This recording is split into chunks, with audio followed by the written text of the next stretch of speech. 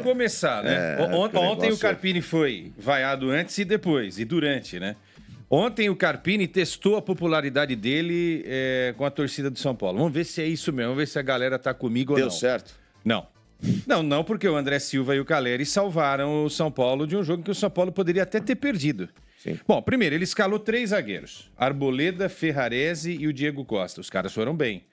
Mas 3 zagueiros contra um adversário que não ataca, é sobrar zagueiro, né? Ontem, por exemplo, ele poderia ter entrado com o Galopo no time, em vez de um zagueiro. Ele começou com o Caleri, né? O Caleri já entrou. Ele começou com Caleri, Luciano e Rames. O Rames, um asterisco aqui. Jogou muita bola. Eu achei também. Rames. Jogou muita bola. O passe que ele dá no primeiro gol Jogou lá. muita bola. E só que fisicamente você percebe que ele ainda não tá legal. Uma hora ele perde a bola, mas ele vai lá e dá um carrinho e rouba a bola outra vez. Então, quer dizer, é um cara que tá antenado com... Tudo que a gente falou antes aqui do programa, eu falei ontem na transmissão que eu tava, falei, hoje é o jogo pro Rames falar, pô, eu vou ser o dono do jogo, Exato. entendeu? Não tinha... E só não foi mais porque o time do Cobressal foi pro Morumbi para tentar buscar o empate e levar o empate lá pro deserto do Calama, né? Agora, ontem, por exemplo, era o jogo pro André Silva ter iniciado, pro Eric para quebrar a linha, né? Faltou, acho que, essa coisa pro Carpini. A impressão que deu ontem é que o Carpini falou assim, olha, eu não posso perder o jogo, tá? Perder o jogo eu não posso. O empate ainda me segura. Eu acho que não. Acho que se empatasse ontem, o Carpini nem teria dado entrevista. Mas, enfim, 2-0, jogo complicado. O São Paulo conquistou a vitória, tá na briga. Agora tem 2 jogos fora do Brasil. Vai jogar contra a Barcelona e esse Cobressal. E depois decide a vaga contra o Barcelona e o Tajeres jogando no Morumbi. Essa vai ser a sequência do São Paulo. O São Paulo tem 3 pontos. Se fizer 4... Não, uma vitória e um empate fora vai para 7. Ontem teve Tajeres e Barcelona, né? Ontem teve Tajeres e... Empate, né? Empatou, é isso? A gente mostrou aqui. Eu já não lembro do resultado. Então, o São Paulo depende dele para se classificar. Sim. Isso é Dá bom. pra ganhar. Né? Ontem Porque se perdesse ontem, seria complicado. Agora... Mesmo o empate seria complicado. O empate também seria complicado. Eu acho que o Carpini está num tom um pouquinho alto aí para aquilo que ele é no futebol. Com todo respeito ao Carpini, cara. Ontem citando o Tele Santana, mas o São Paulo com o Tele, até ele fala, é um recorte, desculpa, tal. Dando a entender que quem é contra os 3 zagueiros não tem inteligência para entender futebol. Ô, Carpini, a seleção de 2002 jogou com 3 zagueiros, mas tinha 2 laterais que eram atacantes. Aí, ok, né? Agora, contra o Cobressal... Ele já tinha usado 3 zagueiros antes? Já tinha usado. Jogou contra o Palmeiras com 3 zagueiros, né? Aí faz algum sentido até. Não, contra o Palmeiras tem que jogar com 9 zagueiros, né? Contra o Flamengo, 10. Agora, contra o Cobressal, né?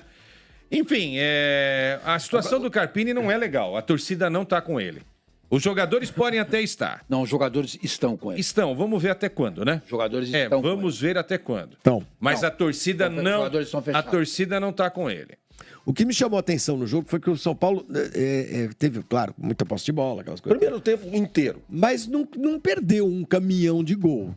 Não criou muita coisa. Eu não achei que tenha criado muita coisa. Teve uma bola na trave. O São Paulo chegou 23 vezes a área do Araújo, né? O do Caleri também. O São Paulo chegou 23 vezes à área do Cobressal. Foram 8 finalizações. Então, não foram... 8 contra 2. 8 eu acho um número... Contra um time que tem uma postura defensiva, 8 não é um número que a gente possa desconsiderar, entendeu? Mas, assim, enfim, eu continuo insistindo. Eu acho que você tem que montar o time diante daquilo que você tem do outro lado. Tudo bem que tem uma defesa do Carpini, mas eu não sabia direito como é que o Cobressal ia se postar em campo, né? Porque o Cobressal entrou com 3 atacantes, só que esses caras não atacaram. Eles ficaram em 2 linhas, uma de 5 e outra de 4. Tinha só um outro lá que ficava um pouquinho mais para dar o contragolpe, que era o Castro. Mas todo mundo se defendeu ontem. Tudo bem, aí no segundo tempo você tem a chance de fazer o quê? Vou tirar um zagueiro e vou colocar mais um atacante. Não, ele volta para o segundo tempo com a mesma formação, né? Então, aí é que a torcida... Não, na hora que voltou para o segundo tempo, teve lá o apupo da torcida. E o Alisson saiu, né? O Alisson foi até o finalzinho. Ele tirou todo mundo e manteve ele tirou o Igor, Alisson. que estava bem no time. Ele tirou o Luciano, que estava se movimentando. Ele tirou o Igor para colocar o Eric, né? Um ponta para ser mais ofensivo o Michel Araújo, que era o cara para fazer a ponta, ele não pôde contar com o Ferreirinha, que se machucou, né? Sentiu lá alguma coisa. O Michel Araújo não atacou nada no primeiro tempo. Então, aí é que tá o ponto. Eu acho legal você abordar isso, porque ele joga com 3 zagueiros justamente para liberar os laterais. Só que o Michel Araújo não é um jogador de ir até a linha de fundo. Vai com o Wellington. É o Wellington, exatamente. O Wellington ficou no banco de reservas. Exato, é isso. Ou você tira um zagueiro para colocar mais um meio, o Galopo, para ajudar o Ramos. Um zagueiro. É por isso esse atrevimento do Fernando Diniz que eu acho legal. Eu falei sobre isso ontem, entendeu? Você coloca o Michel Araújo. Pra quê? Como terceiro zagueiro, pronto. Mano. Entendeu? Eu acho que o futebol tá aberto para essas coisas, entendeu? Sabe, eu tô cansado de ver esse futebol cheio de toque. Você não vê um drible, você não vê nada. Eu tô cansado desse jogo. Não, ontem não tinha um cara para quebrar uma linha, um cara para... Eu estou cansado desse futebol. Mas aí, mano, eu acho que é uma falta de estímulo a jogadores de futebol, a falta de fundamento, a falta de dia a dia, a falta de atividades. Não, mas quem bota 3 zagueiros em campo é o técnico, né? Sim, você tem duas situações. Você tem um treinador com uma filosofia que hoje é controversa e...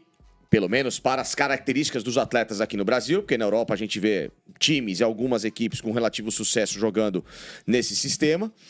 E, ao mesmo tempo, jogadores em que se limitam à evolução pessoal. Né? Saber driblar, saber dar um passe de 2, 3 metros, saber fazer um gol. O técnico não deixa Facicani, o cara não vai fazer isso. O Ranieri testou um chute no jogo do Corinthians, em Itaquera.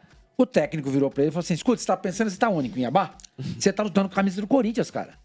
Não é isso que você tem que fazer aqui. Aí o cara vai dar um drible, perde a bola, o cara vai dizer, escuta, nós não treinamos isso durante a semana. Mas tá errado, entendeu? Então o problema não é do jogador. Eu acho que... Também é do jogador. Também, claro. Que é formado na base para só ficar tocando a bola. Tum, tum, tum, tum, tum. Você entendeu? Aí quando você vê um Real Madrid 3, City 3, que tem jogadores fora da curva, você se encanta. Agora, Bernardo aqui até a chora. gente... Ele até chora. Chorou. Se aqui a gente incentivasse isso, Esse eu não chorei. a gente não incentiva. Então, quando vem o Fernando Diniz e propõe esse tipo de coisa, aí eu sinceramente... mas ele não propõe, mas ele não propõe muito drible, não, Mas ele joga com jogadores dribladores. Sim. Ele pode não propor drible, ele propõe mais toque, mas com jogadores que sabem jogar. Ele põe o Marcelo. Mas ontem você poderia, né? O Carpini poderia. O Wellington é um lateral que ataca. O Wellington é um bom lateral para atacar. Você tinha o Igor do outro lado. Se não é o Wellington, você podia ter colocado o Eric. O Eric é um cara de quebrar linha. Você tem um garoto chamado Juan. Você pode até discutir qualidade. Estou falando do estilo. Tá, mas é um cara que vai quebrar linha também. Ontem era um jogo contra um adversário que faz uma linha de 5 e uma outra linha de 5. Em alguns momentos eram duas linhas. Você com 3 zagueiros que não precisa. Aí você só... Porque quem que vai... Desculpa, ô Facinha. Quem que vai armar mais o time? É o Arboleda, o Ferrarese, o Diego Costa ou o Galopo? É o Galopo.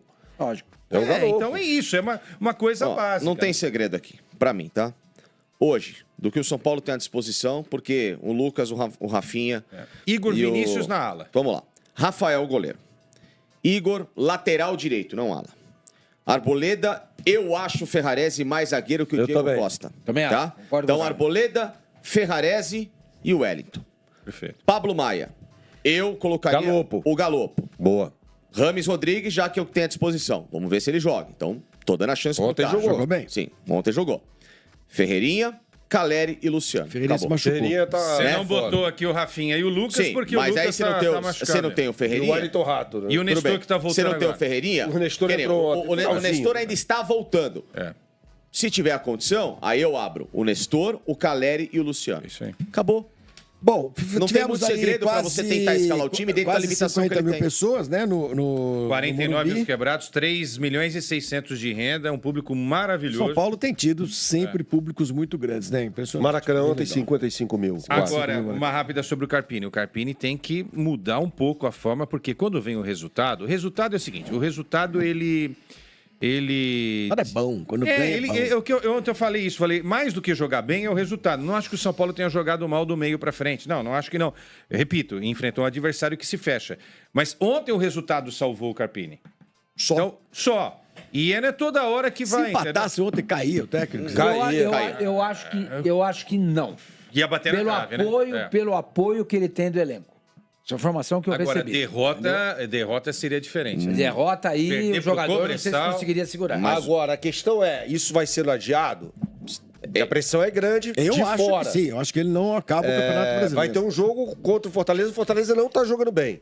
O jogo é no próximo Mas ganhou sábado. ontem, no né? Morumbi. Ganhou ontem. Não, ganhou super bem. Ganhou de Ontem ganhou 5 super a bem. 0. Potosí, né? Mas também aquele jogo, não é bom. O Internacional porque poderia ter feito a parte Internacional dele, não conseguiu. Fortaleza é O muito mais Bragantino time que o tomou- Cobressal. Muito mais time que o Cobressal. Então Por outro vejamos. lado, o Fortaleza é um time que joga aquele velho Deixa chavão. jogar. Joga e deixa jogar. Isso é ótimo. Não vai se fechar como não o vai se Cobressal. fechar que nem o É Cobressal. bom e é Agora, ruim. sobre o Carpini ainda, na entrevista coletiva ontem, Carpini, não adianta vir com...